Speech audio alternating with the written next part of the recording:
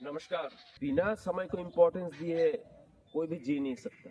इसलिए आप जब किसी के साथ इन्वॉल्व हो, टाइम उसमें इन्वॉल्व हो, तब चेष्टा करें कि किसी का समय खराब ना हो, क्योंकि लाइफ इज टाइम।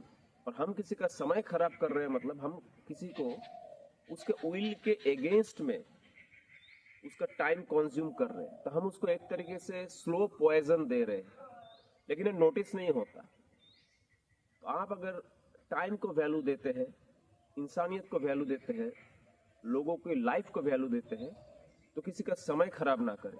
दूसरा चीज ये है कि समय को इंपॉर्टेंस देने के लिए हम केवल भागते रहे, समय को ऑक्युपाई करने के लिए फटाफट काम करने के चक्कर में हम अपना स्पीड बढ़ा दें और उसमें कोई पॉज नहीं हो, केवल एक्सिलरेशन हो, तो भी हम समय को यूटिलाइज नहीं कर सकते।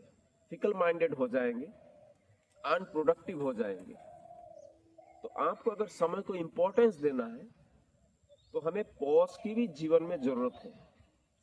पॉज के समय में ही हम लोग कोई चीज को, किसी धारणा को, कोई फिलोसॉफी को या कोई थॉट को एसिमिलेट करते हैं, अंडरस्टैंड करते हैं, एक्सपीरियंस करते हैं।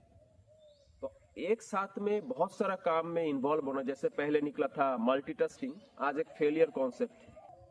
समय जितना इंपॉर्टेंट है उतना ही इंपॉर्टेंट पॉज है। आप कोई भी चीज करते हैं तो करते नहीं जाते, एक स्टेप सोचते हैं, फिर उसको मन में फिर एनालाइज करते हैं, एक सिंथेसिस पे पहुंचते हैं, फिर अगला स्टेप लेते हैं। मैं एक छोटा सा एग्जांपल दूंगा बेटर समझने के लिए। आज के समय में शॉर्ट्स एंड फीड्स हर इंसान देख रहा है, ये भी एक शॉर्ट्स ही जा रहा है आपके पास। लेकिन आप देखना, दिन भर शॉर्ट्स देखने के बाद भी आपको एट द नाइट एक भी शॉर्ट्स याद नहीं रहेगा, क्योंकि हम दिमाग को भगाए हैं। तो अपने समय को वैल्यू दें। दूसरा चीज, पॉज को यूटिलाइज करने के लिए सबसे पहले जरूरी है एक मेंटल कामनेस, मेंटल कंपोजर। उसके लिए मेडिटेशन काम करता है। आनंद मार्ग की राजधिराज योग साधना पद्धति आपको अपने ही 24 घंटा की दिनचर्या में बहुत ज्यादा समय उपलब्ध करा देगा, आपको ज्यादा प्रोडक्टिव बना देगा।